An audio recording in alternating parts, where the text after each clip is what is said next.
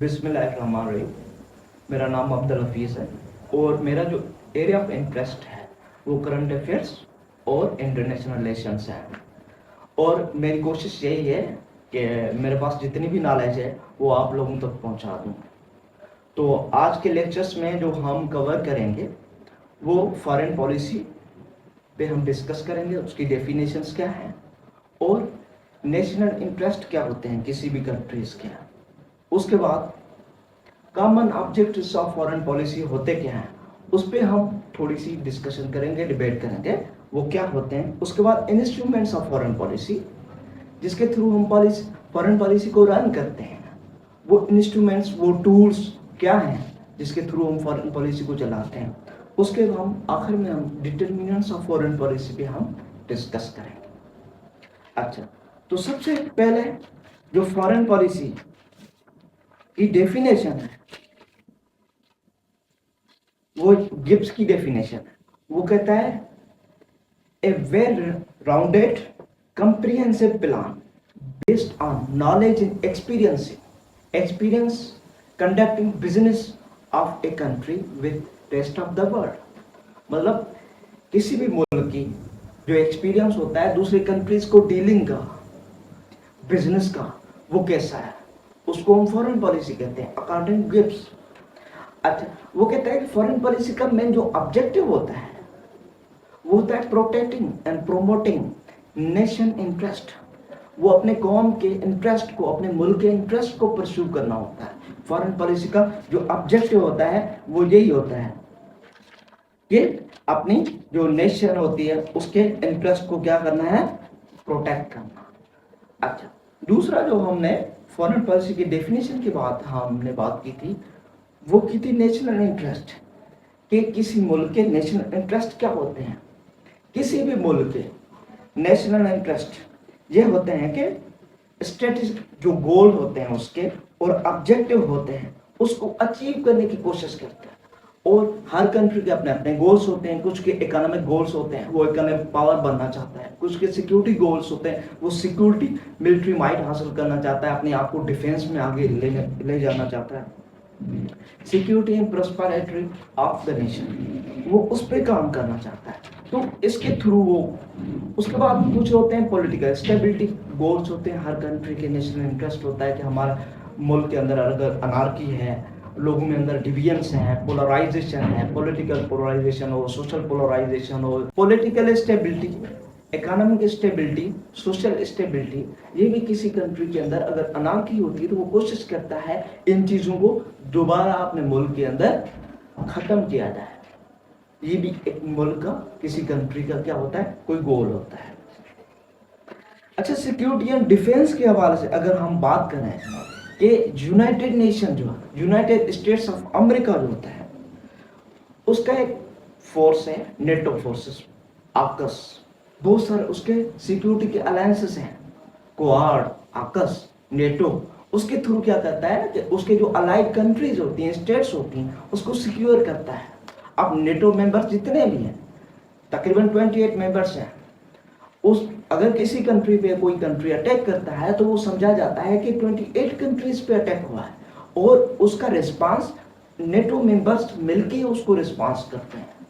तो इसलिए कि आपने देखा होगा कि यूक्रेन और रशिया जो वार हो रही है तो उसका मेन रीज़न यही है कि रशिया जो है, यूक्रेन जो है वो नेटो का मेंबर बनना चाहता है और रशिया वो नहीं चाहता कि ये नेटो का मेंबर बने। ठीक, उसके बाद इकोनॉमिक प्रॉस्पेरिटी, हर मुल्क की अपनी अपनी पॉलिसी होती है, नेशनल इंटरेस्ट होता है। अब चाइना का इकोनॉमिक पावर है, उसका ये कि बेल्ट एंड रोड इनिशिएटिव जो है इसको एनहांस किया जाए, फ्लैगशिप प्रोजेक्ट को, उसके जरिए trade routes, economic ties with other countries to secure markets for its goods and ensure access to resources and boost its economic influences।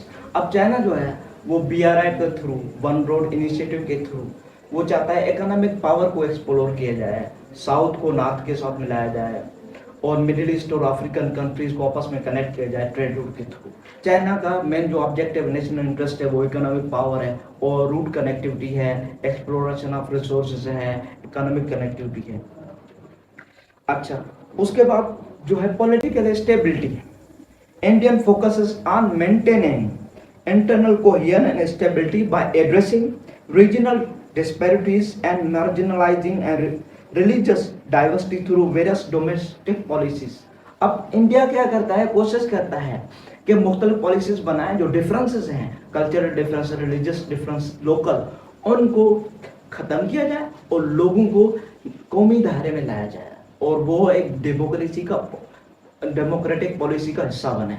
India का, क्योंकि वहाँ पे आपको पता है दुनिया की सबसे बड़ी डेमोक्रेसी है और वहाँ पे डिफरेंसेस हैं।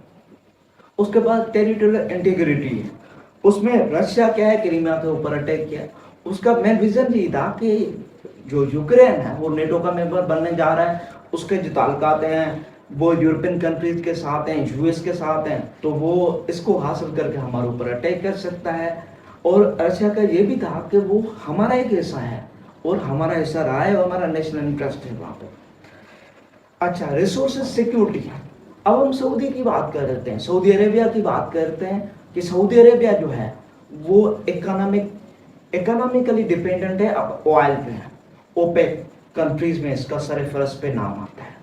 अब उसने ये सोचा कि ऑयल की जो डिपेंडेंसी है वो आगे जाके खत्म हो जाएगी, तो मैंने फिर क्या करना है, तो उन्हें फिर बहुत सारे बिजनेस एक्सपर्ट्स को बुलाया और अपने मुल्क के फॉरेन डायरेक्ट इन्वेस्टमेंट को आगे लाने की उन्होंने कोशिश की है। आईटी में को प्रमोट करने की कोशिश की है, टूरिज्म सेक्टर के अंदर औरतों को ड्राइविंग लाइसेंस पहले नहीं थे उसको दिए गए हैं, और एक न्यू में एक सिटी क्रिएट कर रहा है सऊदी अरेबिया जो ज़बरदस्त है, उसमें फॉरेन डायरेक्ट इन्वेस्टमेंट आ रही है। तो Saudi Arabia oil dependent country भी क्या चाह रहा है कि जो डाइवर्सिफाई है, इकोनॉमिक डिपेंडेंसी उसको डाइवर्सिफाई किया जाए, इकोनॉमिक ऑप्शंस ज़्यादा एक्सप्लोर किया जाए। Cultural and ideological influences. अब हम सबको पता है कि कल्चरल जो हमारे टाइज हैं सऊदी अरबिया के साथ, ईरान के साथ, तो उस बुनियाद के बेसिस पे भी हम फॉरेन पॉलिसीज़ बनाते हैं। हमारे बहुत सारे मुस्लिम्स हज करने जाते हैं, उम्रा करने जाते हैं, या ज़ायरीन हमारे ईरान जाते हैं, तो उस वजह से भी इन दोनों कंट्रीज़ के साथ हमारे रिलीजियस और कल्चरल टाइज हैं, तो इस वजह से भी हमारी फॉरेन पॉलिसीज जो हैं इन ब्रदरन कंट्रीज़ के साथ ज़बरदस्त हैं। अच्छा, नेक्स्ट इंटरेस्ट के बाद है common objects of foreign policy. Common goals क्या हैं फॉरेन पॉलिसीज के जो कंट्रीज हासिल करना चाहती हैं? वो सबसे पहला जो गोल है, maintaining the integrity of state, मतलब स्टेट की जो सॉवरेनिटी है, उसकी जो खुद मुख्तियारी है, उसको महफूज बनाना, उसको प्रोटेक्ट करना, डिफेंस करना, सिक्योर करना, इकोनॉमिक लोगों की वेलबींग के लिए अच्छा काम करना, इकोनॉमिक पावर बनाना। दूसरा है प्रोटेक्टिंग इकोनॉमिक इंटरेस्ट, वही मैंने कहा कि हर कंट्री अपने इकोनॉमिक इंटरेस्ट को प्रोटेक्ट करना चाहता है। तीसरा जो है प्रोवाइडिंग नेशनल सिक्योरिटी, हर कंट्री अपने सिक्योरिटी अपने लोगों को प्रोवाइड करना चाहता है, वो नहीं चाहता हमारे कंट्री के अंदर दूसरी कंट्री आके कोई अटैक करे। जहाँ हमारे कंट्री के अंदर सिक्योरिटी के खर्चा तो जैसे दहशतगर्दी, बहुत सारे इशूज हैं। उसके बाद प्रोटेक्टिंग नेशनल प्रेस्टेज, मतलब हर कंट्री चाहता है अपनी इज्जत, खुद मुख्तियार और वक़ार को हमेशा आगे रखा जाए। Developing national power, maintaining world order. National जो पावर होता है उसमें बहुत सारी चीज़ें आ जाती हैं आपके पावर में, पॉपुलेशन है, जोग्राफी है, उसमें आपकी मिलिट्री पावर है, ह्यूमन रिसोर्सेज हैं, इकोनॉमिक वेलबींग है, ये सारी चीज़ें आपके नेशनल पावर में आ जाती हैं। अच्छा, चौथे नंबर पे जो चीज़ आती है वो चौथे नंबर पे इंस्ट्रूमेंट्स ऑफ फॉरेन पॉलिसी, जिस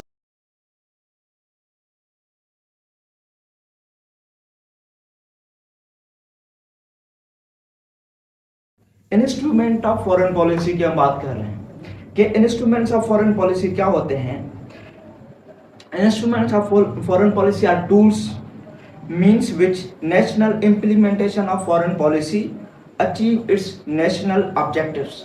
अब ये टूल्स होते हैं, जरिए होते हैं जिसके से हम फॉरेन पॉलिसी को इम्प्लीमेंटेशन करने की कोशिश करते हैं। सबसे पहला जो अच्छा टूल है वो है डिप्लोमेसी, कि आपकी कंट्री की डिप्लोमेसी दूसरी कंट्री के साथ कितनी है। जितना आप डिप्लोमेटिकली किसी कंट्री को एंगेज करते हैं, इकोनॉमिकली अपने बेनिफिट्स हासिल कर सकते हैं।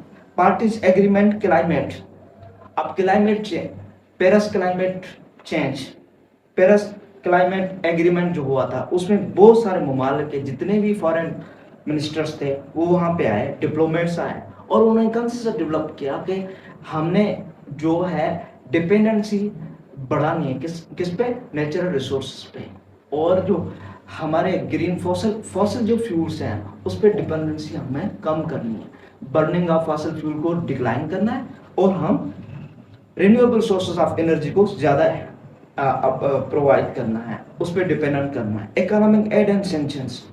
अब जब पहली जंग अजीम हुई थी, सॉरी सेकंड वर्ल्ड वॉर के बाद यूएस ने मार्शल प्लान दिया था, यूरोपियन कंट्रीज जितने भी डाउनफॉल थे उसको एक मार्शल प्लान दिया था जिसके जरिए उनकी वेल बीइंग कर रहा था यूएस ने क्या किया था, Marshall plan which provides economic assistance to help rebuild Western European economies। उसके बाद है sanctions।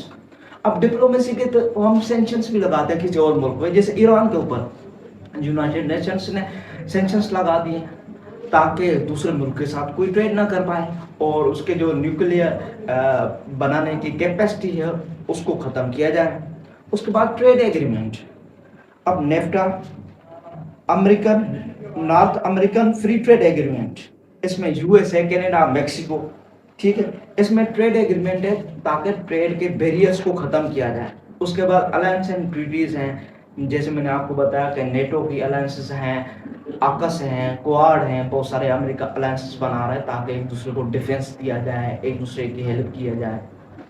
अच्छा, culture exchange policy programme. United Nation Fulbright scholarship देता है हर साल लोगों को, जो थर्ड वर्ल्ड के कंट्रीज के लोग, बहुत सारे लोग आके उधर जो बच्चे हैं तालीम हासिल करते हैं, ये अपने इन्फ्लुएंस बढ़ाने के लिए। इंटरनेशनल ऑर्गेनाइजेशन और मल्टीलैटरलिज्म, उसमें यूनाइटेड नेशंस हैं, कोलैबोरेशंस हैं, हेल्थ के ऊपर काम करते हैं, पीस मेकिंग मिशंस होते हैं।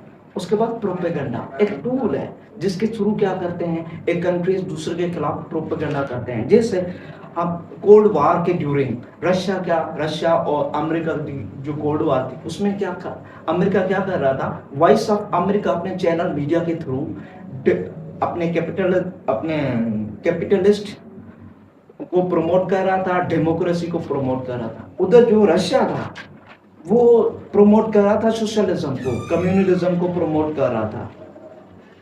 प्रोवेडा एक मीडिया चैनल है उसके थ्रू, ठीक। तो ये थे ये टूल्स ऑफ फॉरेन पॉलिसी पे जिस पे हमने डिस्कस किया। लास्टली आखिर में हम जो डिस्कस करेंगे डिटर्मिनेंट्स ऑफ फॉरेन पॉलिसी, वो थोड़े से हैं, तो हम कोशिश करेंगे हिस्टोरिकल इन्फ्लुएंसेस, साइज क्या है किसी कंट्री की, ज्योग्राफी कैसी है किसी कंट्री की, उसका इकोनॉमिक पावर क्या है, मिलिट्री पावर क्या है, ह्यूमन रिसोर्सेज कितने हैं, और उसकी ज्योग्राफिकल लोकेशन क्या है, जियो स्टेटिक लोकेशन क्या है, ठीक है, गुड गवर्नेंस कैसी है, पॉलिसीज कैसी हैं, पॉपुलेशन कितनी है, क्वालिटी ऑफ डेमोक्रेसी कितनी है, role of media and think tanks क्या हैं, पॉलिटिकल ऑर्गेनाइजेशंस कैसी हैं। ये सारे जितनी भी मैंने बताए इसको कहते हैं फॉरेन पॉलिसी के डिटर्मिनेंट्स। इसके बेसिस पे हम दूसरी कंट्रीज के साथ क्या बनाते हैं, फॉरेन पॉलिसी बनाते हैं। अब पाकिस्तान एक छोटा सा कंट्री है, मगर हमारे जियो स्ट्रेटेजिक जो लोकेशन है वो इतनी इंपॉर्टेंस है कि यूएस भी हमारे साथ लिंक बनाना चाहता है, और चाइना भी हमारे साथ सीपेक BRI के थ्रू लिंक बनाना चाहता है। वो कहते हैं कि पाकिस्तान की ज्योग्राफी के लोकेशन जो है, इतनी जियोस्टेटिक लोकेशन इतनी इंपॉर्टेंस है, जैसे a piece of flesh in the mouth of lion, के साउथ एशिया के अंदर पाकिस्तान जो है ना वो कनेक्ट कर रहा है। इधर energy rich countries, middle east जितनी भी कंट्रीज हैं, इधर सेंट्रल एशियन कंट्रीज जो हैं, लैंडलॉक कंट्रीज, उनको कनेक्ट कर रहा है। तो सीपेक के थ्रू हम आगे बढ़ेंगे, जिसके थ्रू फ्लैगशिप जो प्रोजेक्ट है हमारा चाइना के साथ, सीपेक सेकंड फेज स्टार्ट हुआ है, तो उसके हिसाब से हमारी जो ज्योग्राफिकल लोकेशन है वो जबरदस्त है, जिससे वजह से हमारे फॉरेन पॉलिसीज का इन्फ्लुएंस ज़्यादा है। सो होप आप लोगों को ये लेक्चर मेरा पसंद आया होगा। तो उम्मीद है कि अगला जो हमारा लेक्चर होगा वो पाकिस्तान के फॉरेन पॉलिसीज पे होगा। हम पाकिस्तान के फॉरेन पॉलिसीज को डिस्कस करेंगे।